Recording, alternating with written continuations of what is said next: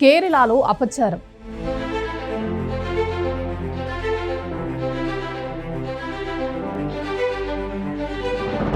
అయ్యప్ప సన్నిధిలో బంగారం మాయం.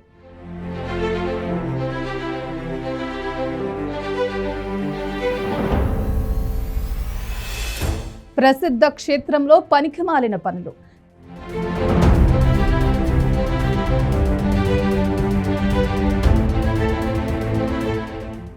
నలభై 42 కిలోల నుంచి 38 కిలోలకు తగ్గిన బంగారం.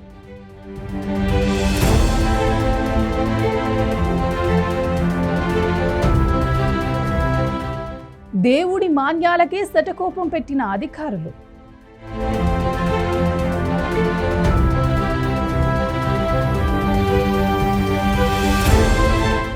దేవుడు సంపదకి రక్షణ లేదా?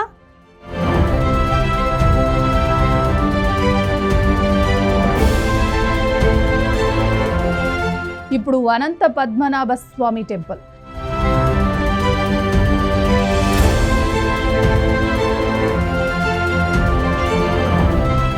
నేడు అదే కేరళలోని అయ్యప్ప స్వామి టెంపుల్.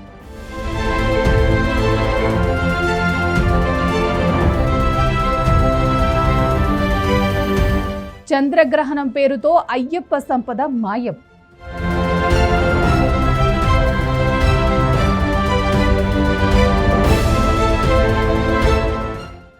రెండు 2019లో మరమ్మతుల సమయంలో వెలుగులోకి వచ్చిన ఘటన.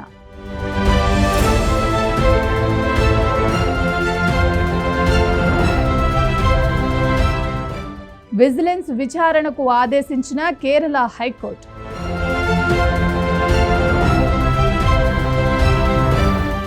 ఇది తీవ్రమైన అంశమని వ్యాఖ్యానించిన న్యాయస్థానం.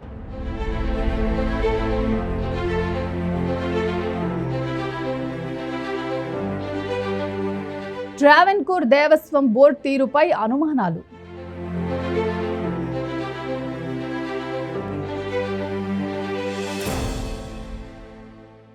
దేవుడి సంపదకే రక్షణ కరువైంది. అయ్యప్ప సన్నిధిలో అధికారిక దొంగలు చంద్రగ్రహణం పేరుతో చేతివాటం చూపించారు. ఒక్క మాటలో చెప్పాలంటే స్వామి సన్నిధిలో బంగారానికి భద్రత లేకుండా పోయింది. శబరిమల ఆలయంలో ఘోర పాపానికి ఒడిగట్టారు కొందరు దుర్మార్గులు. అయ్యప్ప స్వామి వారి బంగారాన్ని రహస్యంగా గ్రాములు, తులాలు కాదు, ఏకంగా కేజీలలోనే దోచేశారు. ఈ వ్యవహారంలో శ్రావణ్ కుమార్ దేవస్థానం బోర్డు అధికారుల పాత్రపై అనుమానాలు వ్యక్తమవుతున్నాయి. ప్రసిద్ధ శబరిమల ఆలయం లక్షల మంది భక్తుల శ్రద్ధలతో కొలిచే అయ్యప్ప స్వామి క్షేత్రం. ఏటా మండల మకర విలక్కు పూజలకు దేశవ్యాప్తంగా భక్తజనులు అక్కడికి పోటీగా వెళ్తుంటారు. అలాంటి శబరిమల ఆలయంలో దేవుని బంగారం చోరీకు అంశంగా మారింది.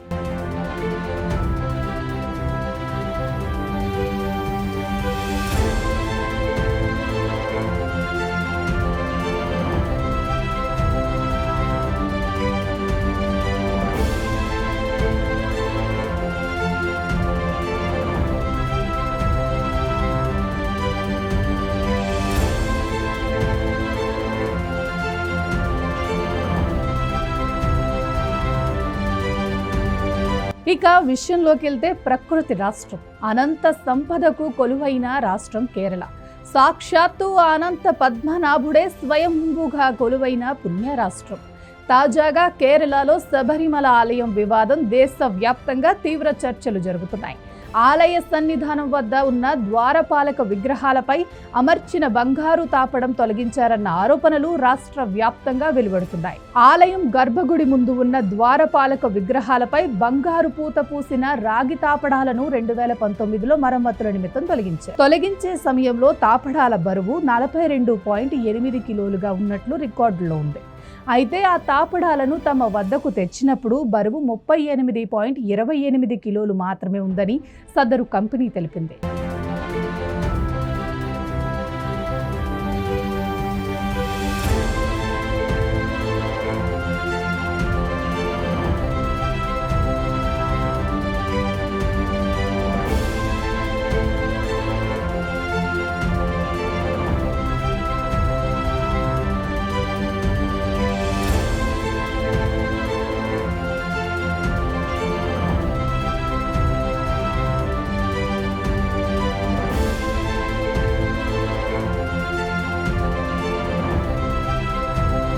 దీంతో తాపడాలపై బంగారు బరువు తగ్గటాన్ని కేరళ హైకోర్టు తీవ్రంగా పరిగణించింది.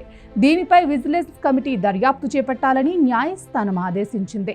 తాపడాలను తిరిగి అమర్చినప్పుడు ఎందుకు బరువును సరిచూడలేదు అని న్యాయస్థానం ప్రశ్నిస్తుంది. ఈ తగ్గుదలకు ఏకైక కారణంగా బంగారు పూత తగ్గటమే అని న్యాయస్థానం అభిప్రాయపడింది.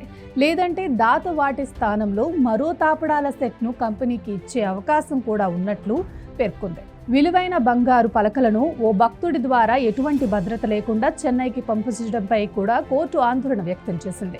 ఈ వ్యవహారంపై విచారణ జరిపిన న్యాయమూర్తులు రాజా విజయ రాఘవన్, కేవి జయకుమార్లతో కూడిన ధర్మాసనం ఇది చాలా తీవ్రమైన అంశమని వ్యాఖ్యానించారు. దీనిపై వివరణ అడగగా వాటిని సరిచేయించి బంగారు పూత కాపాడాలని అందిస్తానని కృష్ణన్ అనే దాత తీసుకెళ్లారు. వాటి బరువు 42.0 కిలోలుగా రికార్డులో ఉంది. అయితే మరమ్మతుల కోసం చెన్నైకి చెందిన సంస్థకు అప్పగించేసరికి వాటి బరువు 38.258 కిలోలకు పడిపోయింది. అంటే దాదాపు 4.45 కిలోల బంగారం గల్లంతైందన్నమాట. దీంతో బరువు ఎలా తగ్గిందో తెలుసుకునేందుకు విజిలెన్స్ కమిటీ దర్యాప్తునకు ఆదేశించింది. ఇందుకు సహకరించాలని ట్రావెన్కోర్ దేవస్వం బోర్డుకు సూచించింది. దీనిపై 3 వారాల్లోగా పూర్తి నివేదికను అందజేయాలని స్పష్టం చేసింది. అనంతరం ఈ కేసు విచారణను సెప్టెంబర్ 30వ తేదీకి వాయిదా వేశారు. ఇక ఆలయం నుంచి తాపడాలను తొలగించిన దాదాపు 40 రోజుల తర్వాత కంపెనీకి అందించినట్టు తెలుస్తోంది.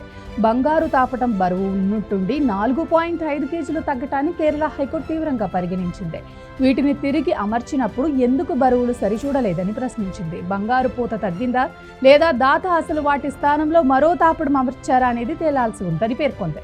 బరువు ఎలా తగ్గిందో తెలుసుకునేందుకు దర్యాప్తునకు ఆదేశించింది. 3 వారాల్లోగా పూర్తి నివేదికను అందజేయాలని స్పష్టం చేస్తూ తదుపరి విచారణను వాయిదా వేసింది. వాస్తవానికి ద్వారపాలకుల విగ్రహాలను 1999లో 40 ఏళ్ల వారంటీతో ఏర్పాటు చేశారు. అయితే 6 ఏళ్లకే తాపడం లోపాలు తలెత్తడం, వాటి మరమ్మతులు చేపట్టాల్సి వచ్చింది. దీంతో ట్రావెన్కోర్ దేవస్థానం బోర్డు మరమ్మతులకు చర్యలు చేపట్టింది. అయితే వారు స్పెషల్ కమిషనర్కు గానీ కోర్టుకు గానీ ఎలాంటి సమాచారం ఇవ్వకుండానే ఈ పసిడి రేకులను తొలగించింది. దీంతో ఈ అంశంపై హైకోర్టులో పిటిషన్ దాఖలు కాగా బంగారు చోరీ వ్యవహారంపై తెరపైకి వచ్చింది. దీంతో న్యాయస్థానం దర్యాప్తునకు ఆదేశించింది.